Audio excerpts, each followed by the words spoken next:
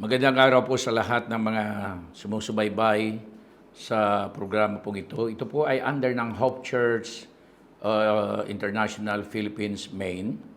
At ang layunin po ng programang ito ay maibigay po natin ang revelation ng Diyos from the Word of God. Kapagkat alam po ninyo, ang sanlibutan sa akin ay masyadong napakagulo.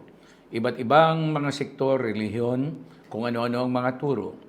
But in the final analysis po, ang Diyos ang nagsasalita sa pamagitan lamang ng kanyang mga salita na ipinahayag. And so, private interpretation, ito ay maaring magdala sa pagkakaligaw ng maraming mga tao. At kayo pong mga nakikinig at sumusubaybay ngayon ay maaari po kayong mag-subscribe palagi po upang patuloy niyong mapanood ang ating pong gagawing every episode ng programang ito under ng Hope Church International Philippines, Maine. Ito ang sinasabi ho ng Panginoon. Bakit ka ba napakagulo? Ang mundo, ang gobyerno, saan ba nagsisimula ito? Ano ba ang kalagayan ng mga nagsasabing mga religious organizations? Nasaan ang mga Kristiyano? Nasaan ang mga mangangaral? Sinabi ng Panginoon, ang tunay na mga anak ng Diyos, God called us as the Church of Jesus Christ. At sinabi nga niya, upon this rock I will build my church, and the gates of hell shall not prevail against it. And I give unto you the keys of the kingdom of heaven. Whatsoever thing you bind on earth has already been bound in heaven. Pero bakit napakagulo? Minsan, o madalas nga, ang mga mangangaral ay nag-aaway-away, nagsisiraan. Well, makikita natin mula sa salita ng Diyos. Una, in the book of 2 Timothy chapter 3, mula sa verse 16, ang buong kasulatan ay ibinigay ito, all Scripture is given by inspiration of God and is profitable for doctrine.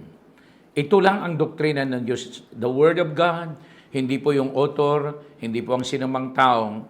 At ang sinasabi niya rito, and for the reproof, for correction, for instruction, that a man of God may be fully furnished. Okay. So ito po ang gusto ng Diyos. This is the way of God. Now, sinabi rin ng Panginoon in the book of John 5, verse 39, sinabi niya doon, search the scriptures, that in them you think you have eternal life.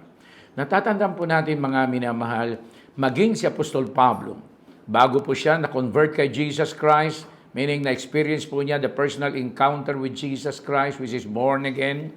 Ang sinabi niya roon in the book of Galatians, chapter 1, verse 11 to 12. Sinabi niya, the gospel that I preach unto you came not by the will of man, neither taught I from man, but I receive it by the revelation of Jesus Christ.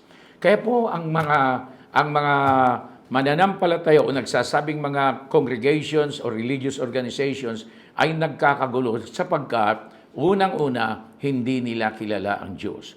Only the Word of God will show us on how to know God by means of personal experience or encounter with Jesus Christ. Now, in the book of Matthew, chapter 11, reading from verse 25 up to 28, sinasabi niya roon, walang nakakakilala sa Ama maliban sa Anak. At wala rin nakakakilala sa Anak maliban ng Ama. Now, ibig sabihin, walang sinumang tao, anuman ang ating pag-aaral na gagawin with all the human efforts, walang sinumang tao na makakilala sa Diyos. In fact, sinabi ni Paul in the book of Romans, no one knoweth God, no one understandeth God. Walang sinumang tao na nakakilala sa Diyos. Bakit kaya? Well, ang tao ay alabok lamang yan. And God is so powerful, God is holy, God is the Alpha and the Omega. Ito po ang mga dahilan. Kaya sinabi niya rin, walang makakakilala sa anak kundi ang Ama. Wala rin nakakakilala sa Ama kundi ang anak at kung sino ang kanyang pagpapahayagan. So ang Diyos ay pumipili ng mga tao. Bagamat kung maari, gusto ng Diyos ang lahat ay maligtas. I hope mga minamahal, ito pong simula ng episode na ito ng programa ito ay magbibigay ng kaliwanagan sa bawat isa na makakapanood nito at kalayaan upang makilala nyo ng lubusan kung ano at kung sino ang Diyos sa buhay ninyo. At later on po, makikita po nyo ano ba ang design ng Diyos sa tao, ano ba ang purpose ng Diyos sa iyong buhay. Well, subaybayan po niyo ang programang ito. Ito po ang inyong kapatid, Bishop Jess Ramos, na nagsasabing si Jesus lang ang dakilang pag-asa. God bless you.